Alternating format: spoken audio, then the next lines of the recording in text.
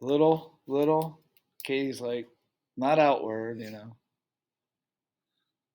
wouldn't need a microscope to see How about this one?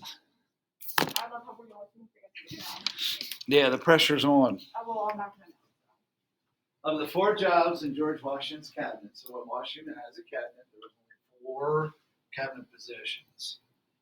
Okay. There were 2 that have been filled by women in the 230 years since. Secretary? Secretary of State Hillary Clinton, yes. Ooh. It wouldn't have been war, I don't think. No? So would it probably be treasurer? Because it's not like. Yes. Oh, yeah, because it's not like. Well, vice president, yeah, but that's not considered the cabinet. So I did it. You did it. You're welcome. But you did know Secretary of State, though. Yeah. Okay.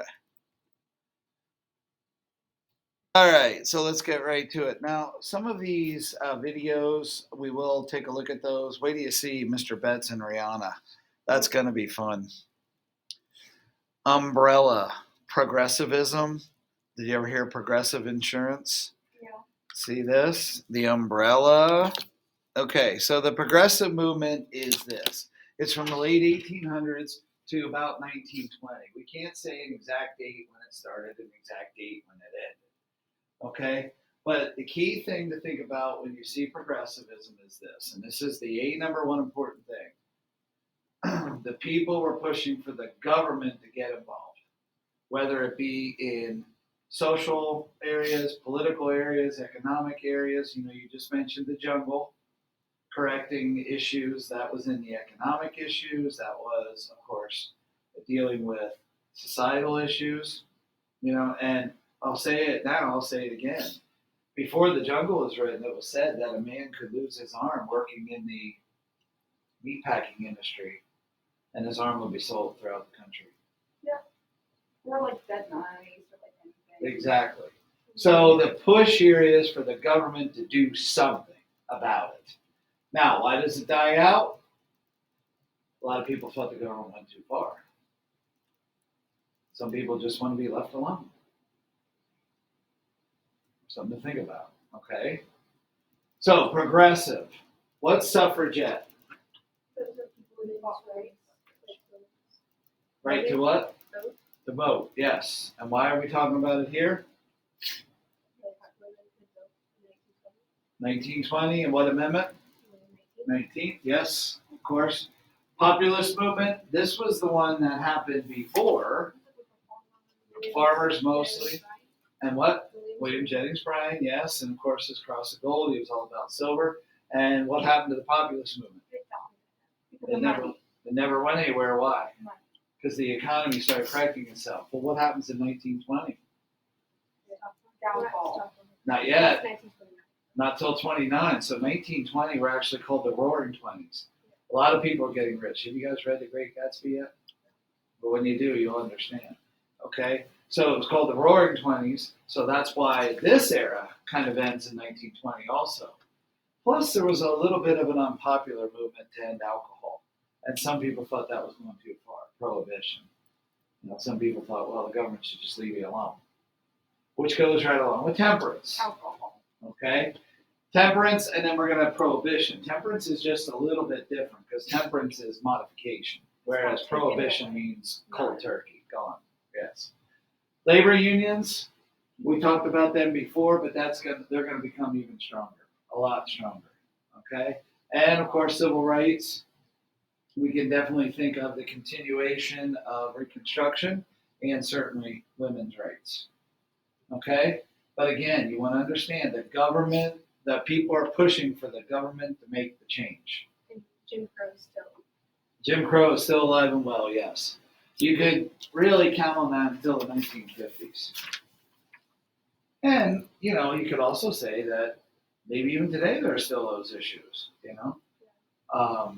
I don't think per se Jim Crow, but Still there. there definitely are arguments, okay? Okay, so the progressive era. You knew I had to do this. You knew I had to do it. You saw it coming. Don't say you didn't. Okay. Katie, will you read, please? Progressive era. A confluence junction of factors including the quickening pace of industrialization, urbanization, increasing immigration, and a growing presence on the world stage faced America in the late 19th century. These pressures gave rise to various political movements, each seeking to provide answers to the most serious questions of the day. Overall, Americans found answers to these issues in the ideas of progressives. For both major political parties, the progressives offered solutions to economic, social, and political problems, in some ways using and in others changing the American system of government that had existed for a century at that point. Okay, so again, it's the key that we're pushing the government. Now, it's not just federal government, although certainly Teddy Roosevelt's going to play a key role, but that was also state and local governments too.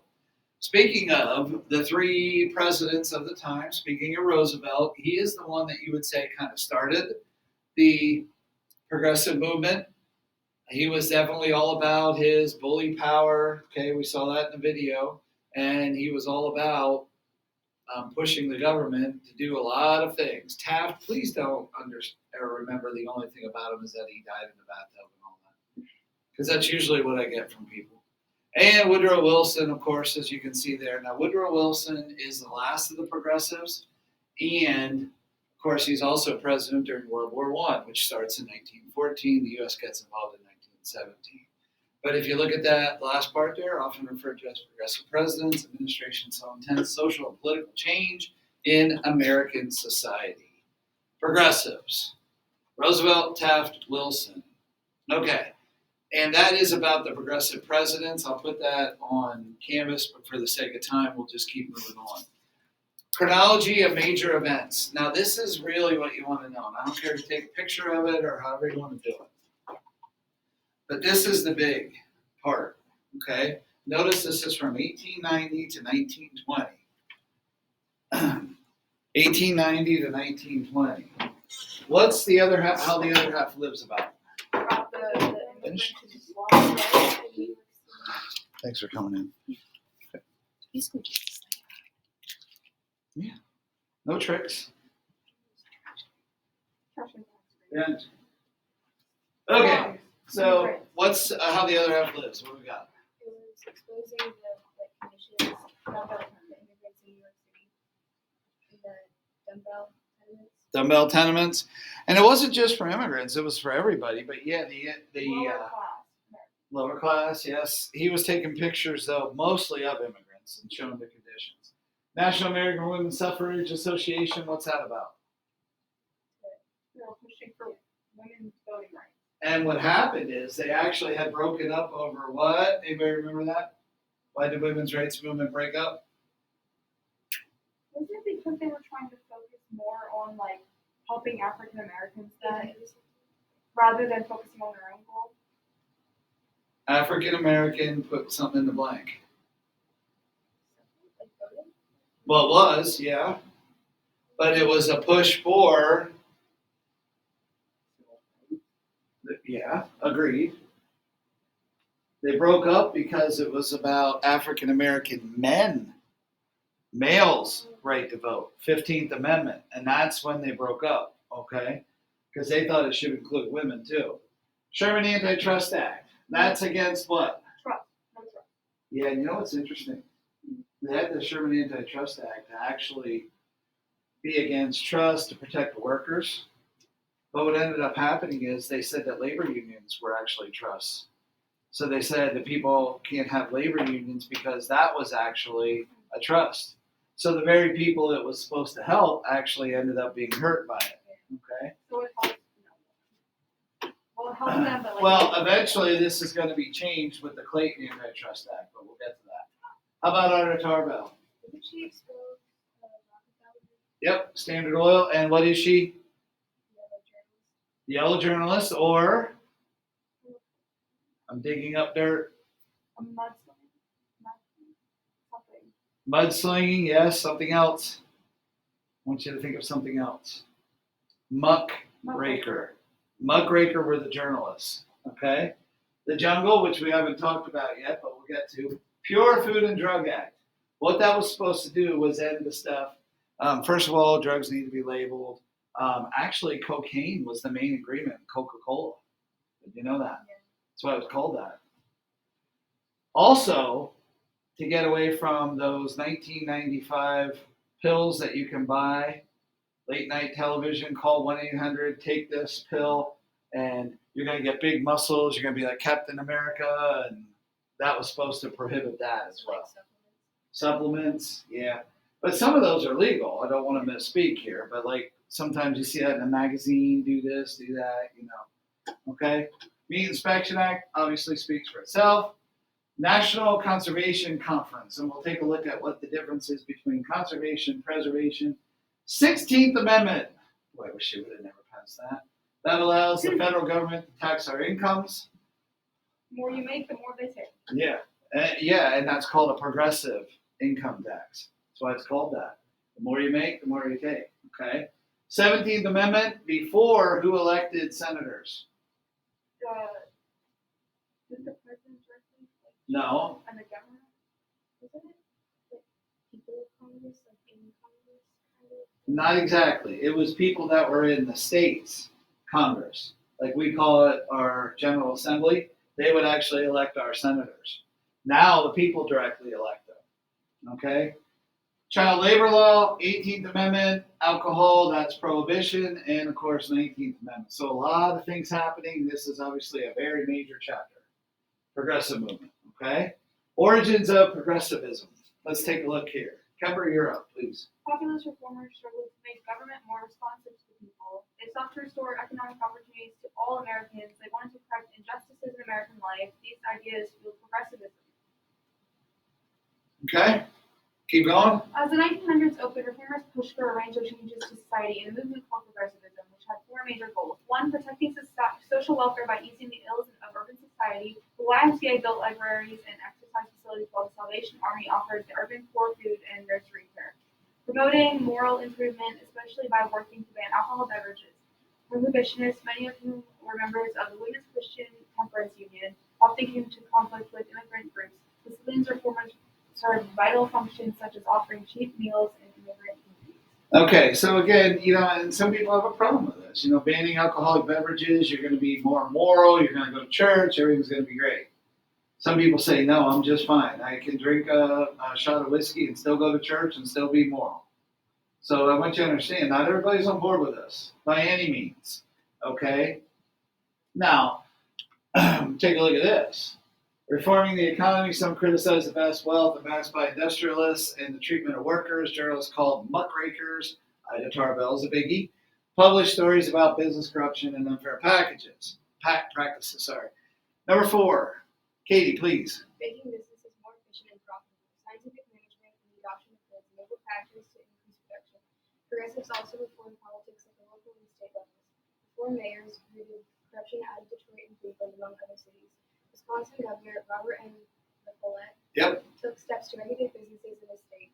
Reformers managed to pass laws in almost every state to ban child labor and limited the number of hours women could work. Reformers passed laws requiring the use of secret ballots in elections and allowing voters to remove elected officials from office. The 17th Amendment allowed the voters to elect senators directly. Okay. All right. So how did the progressive movement increase government regulations of business and protect society from injustices? What you're looking at is a picture directly from the meat packing plants in Chicago, and that's going to lead to the jungle. Upton Sinclair is a muckraker. Okay? Idealism, professionalism, and politics all rolled into one here. The idealist, everybody's good, we have a great country, everybody's happy, everybody's strong politically, economically, socially. Professional, we're all doing fine, and politics, everything's great. Again, not everybody's on board with it. Some people thought realism says it's never going to happen. See, there's a difference between idealism and realism. Idealism. Ideal society, ideal situation. Real is like real life. Yeah, so we're all going to get together, we're going to go into band, and we're going to practice every single day, and then we're going to win states. That's idealism. And maybe we will, realistically speaking. But let's face it, idealism, not everybody's going to win states, right? Okay. Okay. So from the worksheet, the progressive movement was a reaction to the Gilded Age that called for the government regulation of businesses and a solution to society's problems. Historical context. So what's going on in the world at the time? And I think you probably have a good handle on this. Katie, please. The late 1800s and early 1900s were times of great reform in America. Tired of the poor working conditions, overcrowding of cities, political corruption, and abuses by industrialists, people known as progressives took it upon themselves to create change. By using various forms of the media combined with organized protests, petitions, and the power of the vote, the progressives exposed these issues and informed thousands of Americans of the conditions that existed. The result was a short-lived era of reform in which social, political, and industrial conditions were targeted and improved. Okay, so what was the poverty level in 1900? $600. The average income, as you can see, average earnings, $500. So a lot of people were in the poverty level. Okay, and that was one of the things that drew the government's eye. I love this one. Wonderful. What is that? On the land. On land, a baseball. They can't go get it. But look at the caption. But they're going to find a way to get it. They're going to evolve and play baseball. This would be like a science class. And I'll say that's not kind of cool. You know, and actually, when I was in school, our former superintendent, Mr. Williams, actually had that on his wall. And I He goes to remembered my it ever church. since. I still see him. Well, isn't that cool? Great moments in evolution. It's a dry sense of humor. Okay. Your sense of humor is always like that. On we go. 4 areas of progressive reform. Government. Go ahead, Kemper, please.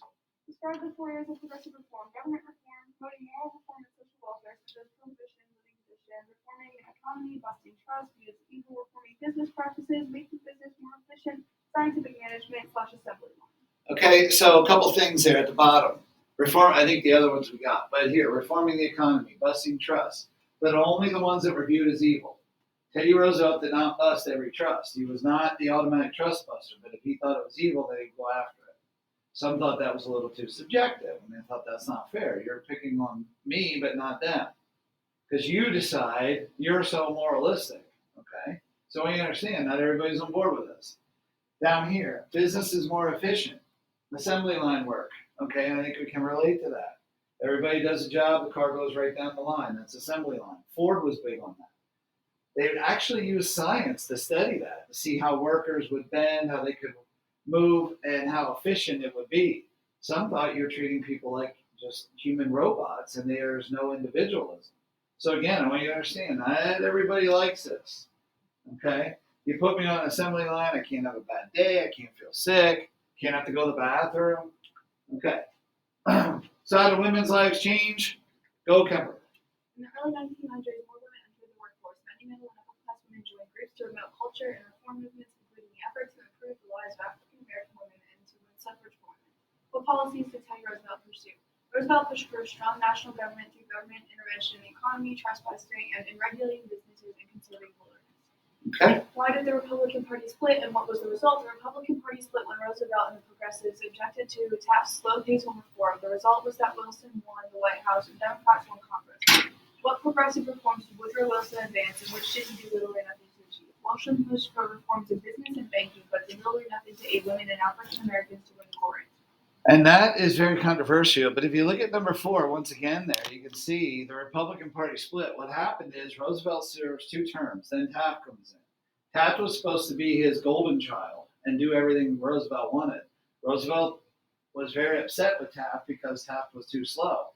So Roosevelt comes back as what party? No, that's Wilson.